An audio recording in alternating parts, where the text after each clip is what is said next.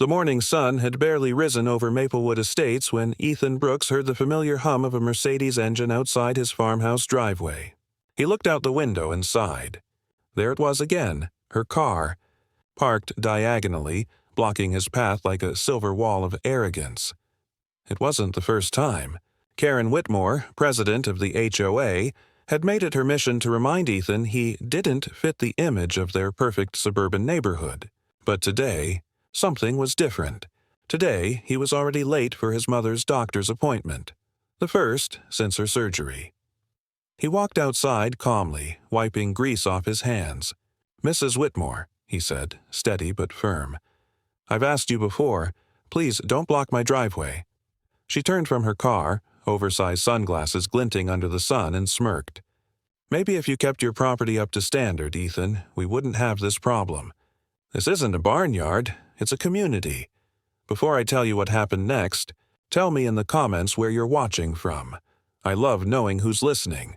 Ethan looked at the shining Benz, then back at her. Every nerve in his body screamed for patience.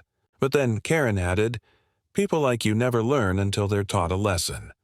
The words hit like a slap. "People like you." He didn't say a word, just turned away. The neighbors peeking through curtains thought he was retreating, giving up like always. But Ethan wasn't retreating.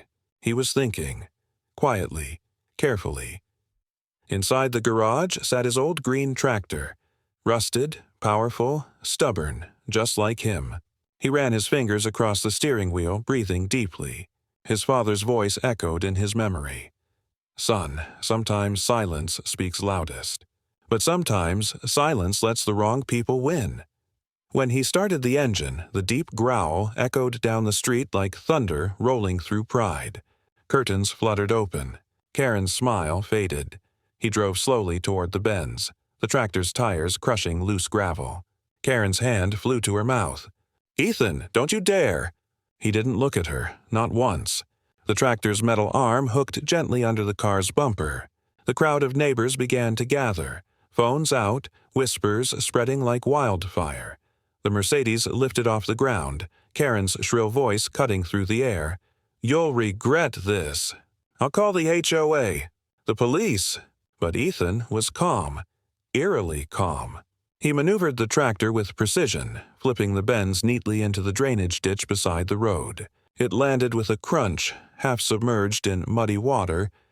Then silence. Only the wind and Karen's gasping breaths. The onlookers stood frozen.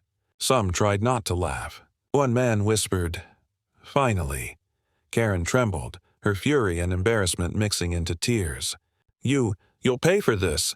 Ethan climbed down from the tractor, dusted his jeans, and looked her straight in the eye. "Ma'am, I asked you kindly. 3 times. This time, I just moved your car out of my driveway." Then he turned, got into his truck, and drove off to take his mother to her appointment. That night, the entire neighborhood buzzed. Half called him reckless. The other half called him a hero. Even the local paper got wind of the tractor incident. But the real twist came a few days later. Ethan returned home to find a police cruiser parked in front of his house. His stomach tightened. Karen must have pressed charges. He approached cautiously. But the officer who stepped out wasn't angry. In fact, he was smiling. "Mr. Brooks," the officer said, "we got a report about some property damage. But after checking footage and hearing from your neighbors, it seems your driveway was blocked illegally. The woman's being fined for obstruction and harassment." Ethan blinked. What?" The officer nodded. "She's lucky you only used a tractor. Most folks would have called a tow truck or a lawyer." Karen's punishment didn't end there. The HOA board held an emergency meeting and voted to suspend her as president. Turns out, several neighbors had long endured her arrogance. She just picked the wrong man to push too far.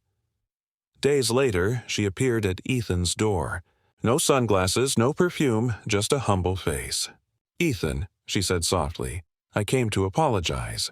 I forgot what decency looks like, until you reminded me." He studied her for a long moment before replying, "Just treat people better, Karen. That's all the payback I need." And he meant it. Because while the Benz sat dented in a ditch for another week as a reminder of pride and consequence, Ethan went back to his life, fixing engines, caring for his mother, waving to his neighbors like nothing had happened. But everyone who saw him after that day saw him differently. They saw a man who stood up without shouting, who fought injustice without hate. Because strength doesn't always roar. Sometimes it hums quietly, like an old tractor engine that refuses to quit. Because dignity doesn't shout. It stands its ground, and on that street in Maplewood Estates, kindness and courage finally found their way home. You've been listening to Cinematic Whispers, where every story reminds us that justice has a voice and kindness always echoes back. If this story moved you, don't forget to like, comment, and subscribe for more tales that touch the soul and open the heart.